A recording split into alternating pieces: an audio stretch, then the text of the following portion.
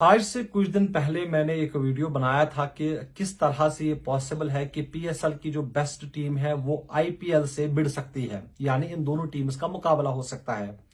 अब बहुत सारे लोगों ने सवाल किए थे कि भाई कैसे पॉसिबल है, क्योंकि पाकिस्तान के खिलाड़ी आईपीएल नहीं खेलते और इंडिया के खिलाड़ी पीएसएल नहीं खेलते, तो अब ये कैसे पॉसिबल है कि पीएसएल वर्सेस आईपीएल हो जाएगा। तो यही मैं आज आपको इस वीडियो में समझाने की कोशिश करूंगा।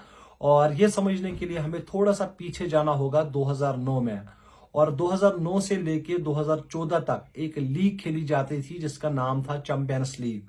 और जो उस वक्त के बड़े बड़े टीमें हुआ करती थी, डोमेस्टिक टीम्स, जैसे ऑस्ट्रेलिया की कोई टीम हो गई, इंडिया की आईपीएल की टीम्स थी उस वक्त, क्योंकि पाकिस्तान का जो पीएसएल है वो उसके बाद शुरू हो गया। तो पाकिस्तान का एक टीम था लाहौर लायंस के नाम से, वो भी चैंपियंस लीग खेलता था। और भी दुनिया भर में जो बेहतरीन डोमेस्टिक टीम्स हुआ करती थी वो इस लीग का हिस्सा बनते थे। लेकिन फिर 2014 के बाद इस लीग को बंद किया गया। और 2009 में जो न्यू साउथ वेल्स ब्लू है उन्होंने पहली बार इस टूर्नामेंट को जीता था। मुंबई इंडियंस ने 2 बार जीता, 2 बार चेन्नई सुपर किंग्स ने जीता और एक बार नाइट, ऐसा कुछ नाम है उनका, नाइट सिक्सर्स या ऐसा कुछ नाम है।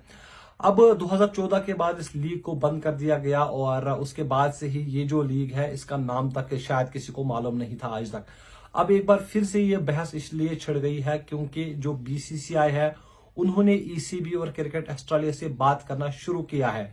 क्योंकि आपको ये भी ध्यान में रखना है कि इस लीग को उस वक्त बीसीसीआई ओन करता था। और अब बीसीसीआई इसलिए फोर्स कर रहा है कि भाई एक बार फिर से उस लीग को हम रिज्यूम करेंगे।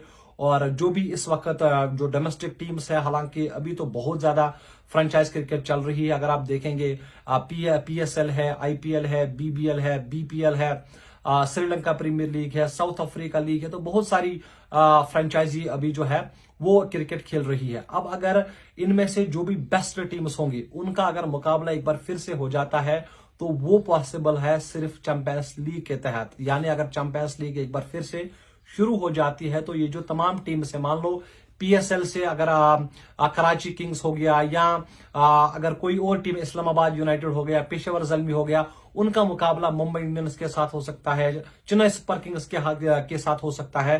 तो ये पॉसिबल तब है अगर जो चैंपियंस लीग है अगर वो एक बार फिर से शुरू हो जाएगी, जो कि लगभग चांसेस है कि वो शायद शुरू हो जाएगी 1-2 सालों में, जिस तरह से अब बातें चल रही है। क्योंकि भाई अगर बीसीसीआई कोई भी काम करना चाहता है तो बीसीसीआई को शायद ही कोई रोक पाएगा।